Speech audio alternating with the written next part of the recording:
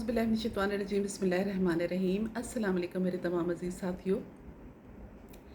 आज मैं आपके साथ कुछ बातें करने के लिए आपके सामने हाज़िर हूँ।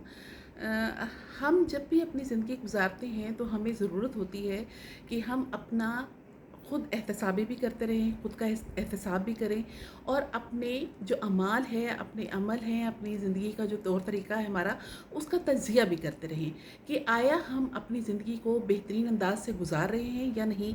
आया हमारी ये ज़िंदगी जो हम गुज़ार रहे हैं इसका कोई मकसद भी है और क्या इसमें हम कोई कामयाबी भी हासिल कर सकते हैं या नहीं। तो ये ज़हन में रखिएगा कि ऐसी चीज़ों को के बारे में जानने के लिए हमें किसी भी ऐसे शख्स की ज़रूरत महसूस होती है कि जिससे हम पूछ सकें।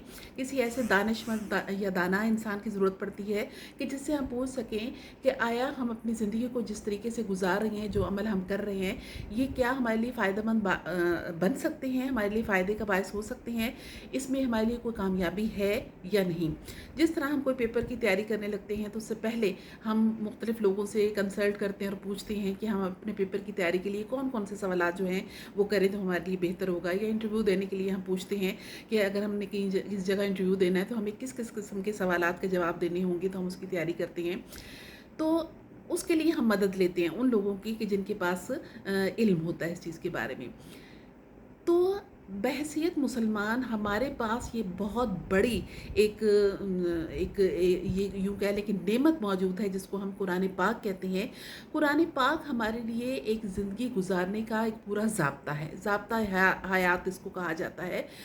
ज़िंदगी को किस तरह से गुजारना है और किस तरह से किन बातों से हमें कामयाबी मिल सकती है, ये कुरान पाक में हमें पता चलता है। अब कुरान पाक एक चंद आयात ऐसे भी हैं कि जिसमें अल्लाह ताला ने तफसील से बयान कर दिया कि वो कौन सी बातें हैं कि जिस पर अमल करके हम फलाह हासिल कर सकते हैं।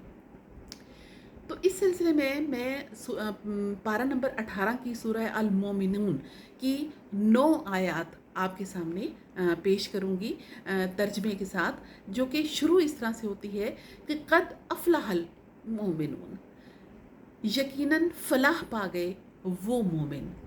अब हम लोग अपनी ज़िंदगी गुजारते हैं बहैसियत मुसलमान, बहैसियत मोमन, तो हमारी यही ख्वाहिश होती है कि हम फलाह पा जाएं, अल्लाह की नज़र में हम कामयाब करार पा जाएं और हम जिस चीज़ के लिए जद्दोजहद कर रहे हैं आखिरत की कामयाबी के लिए, वो हमें मिल जाए। तो अब अल्लाह ताला इस आयत के बाद मुख्तलिफ़ तरीके बताता है कि किस तरीके से एक मोमिन जो है फलाह पा सकता है, या वो कौन से मोमिनीन हैं जो फलाह पा जाते हैं, फलाह पा गए। कौन है वो? पहले नंबर पे वो लोग जो अपनी नमाज में इज़्ज़ो नियाज़ दिखाते हैं। नंबर 2, जो बेहुदा बातों से दूर रहते हैं। नंबर 3, जो ज़कात अदा करते हैं। नंबर 4, जो अपनी शर्मगाहों की हिफाजत करते हैं और अपने अज़वाजी ताल्लुक़ जो हैं वो सिर्फ़ अपनी ज़ौज तक महदूद रखते हैं। इसके अलावा अगर किसी चीज़ के वो तालिब होते हैं तो वो खुदा की हदों को, अल्लाह की हदों को तोड़ने वाले होते हैं।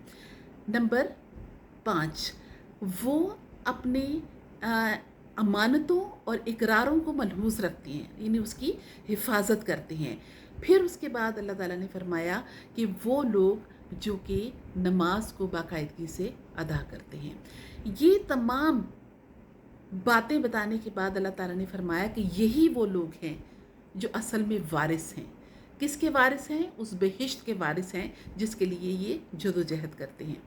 यानी वो बहिश्त जहाँ से कि हज़रत आदम अलैहिस्सलाम और अम्मा हवा को वहाँ से भेजा गया दुनिया में, और उसके बाद उस दिन से हर इंसान उसी जन्नत को, उसी बहिश्त को हासिल करने की तगोदो में मसरूफ़ है। तो वो जो जदोजहद करता है, उस जदोजहद के लिए कौन सी चीज़ें ज़रूरी हैं वो अल्लाह ताला ने इन आयात में बता दी। पहले नंबर पर ये कि वो नमाज पे इज़्ज़ो नियाज़ दिखाते हैं। यानी नमाज हमारे अरकान इस्लाम में से एक रुकन है और वो 5 वक्त हम अदा करते हैं। जब हम नमाज के लिए खड़े होते हैं तो हज़ूर पाक सल्लल्लाहु अलैहि वसल्लम ने फरमाया कि नमाज मोमिन की मिराज है। यानी इस तरह से कि अल्लाह ताला हज़ूर पाक फरमाते हैं कि यूँ समझो नमाज पढ़ते हुए कि अल्लाह को तुम देख रहे हो, और अगर तुम नहीं देख सकते तो वो तो तुम्हें देखता ही है। यानी हम अल्लाह ताला के सामने हाज़िरी देते हैं, फिर अल्लाह ताला की तारीफ़ बयान करते हैं, उसकी बड़ाई बयान करते हैं, अपनी इज़्ज़ो नियाज़ी दिखाते हैं, हम बताते हैं कि हम कुछ नहीं और उसी से मांगते हैं। फिर जब ये अमल दिन में 5 बार रिपीटेडली होता रहता है तो ये चीज़, ये इज़्ज़ो इनकिसारी और इज़्ज़ो नियाज़ी, ये हमारी पर्सनैलिटी का हिस्सा बन जाती है, और हम अपनी आम ज़िंदगी में भी आजिज़ बनकर रहते हैं, क्योंकि हमें पता होता है कि हम कुछ भी नहीं, जो कुछ है वो अल्लाह ताला की ज़ात है। उसके बाद दूसरे नंबर पर अल्लाह ताला ने फरमाया कि वो लोग बेहुदा बातों से दूर रहते हैं। हम देखते हैं कि हमारे इर्द गिर्द मुख्तलिफ़ किस्म के लोग हैं जो मुख्तलिफ़ किस्म की शख्सियात रखती हैं।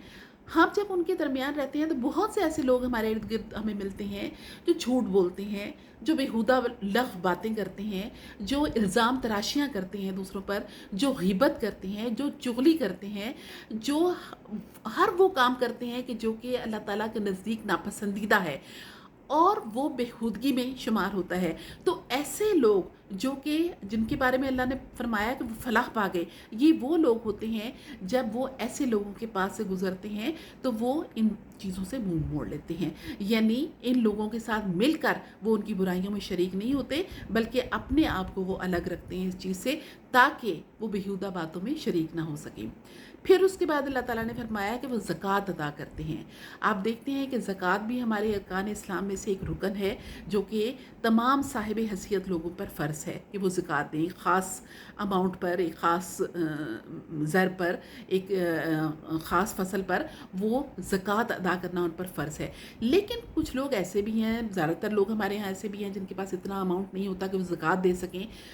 तो ऐसे लोगों के लिए खैरात और सदक़ात के दरवाज़े खुले हैं, और जिसका बार बार कुरान पाक में अल्लाह ताला ने ज़िक्र किया कि अल्लाह ताला की राह में जो खर्च करने वाले हैं, अल्लाह उसका 70 गुना ज़्यादा बढ़ाकर वापस करता है। तो ज़कात और खैरात और सदक़ात, ये सारी चीज़ें जो हैं अल्लाह ताला के नज़दीक पसंदीदा हैं, और यही चीज़ें, यही अमल करने वाले लोग फलाह पा जाते हैं। फिर उसके बाद आ जाते हैं वो लोग जो कि अपनी शर्मगाहों की हिफाजत करते हैं। आप देखते हैं कि हमारे यहाँ कई ऐसे लोग होते हैं जो ऐसे लिबास में घूमते फिरते हैं कि जो उनकी जिस्मानी पर्दे को पूरी तरह से उसके हक़ को अदा नहीं करता। लिहाजा ऐसे तमाम लोग जो कि पर्दे लिबास में होते हुए भी बेपर्दा होते हैं, वो दरअसल अपनी शर्मगाहों की हिफाजत नहीं करते, या ऐसे लोग जो जानबूझकर कुछ ऐसी हरकतें करते हैं कि दूसरे लोगों को अपनी तरफ मुतवज्जो करने के लिए कुछ ऐसी घटिया हरकतें कि जिसकी वजह से उनकी जो शर्मगाहें हैं उनका पर्दा नहीं रहता। तो ऐसे लोग जो हैं वो ईमान वाले अपनी शर्मगाहों की हिफाजत करते हैं और अपने ताल्लुकात ज़ोजियत सिर्फ़ अपनी ज़ोज तक ही महदूद रखते हैं। इसके अलावा के जो तालिब होते हैं वो अल्लाह ताला कहते हैं कि वो अल्लाह ताला की हदों को पार करने वाले लोग होते हैं। फिर उसके बाद अल्लाह ताला ने फरमाया कि जो इमानतों और इकरारों की हिफाजत करते हैं, यानी अगर किसी ने आपके पास कोई चीज़ अमानत रखवाई तो उसकी हिफाजत करते हैं, उसको वैसे ही उसको वापस करेंगे जैसे उसने रखवाई। इसके अलावा अमानत में सिर्फ रुपया पैसा कोई चीज़ नहीं, बल्कि इंसान की बातें भी शामिल हैं।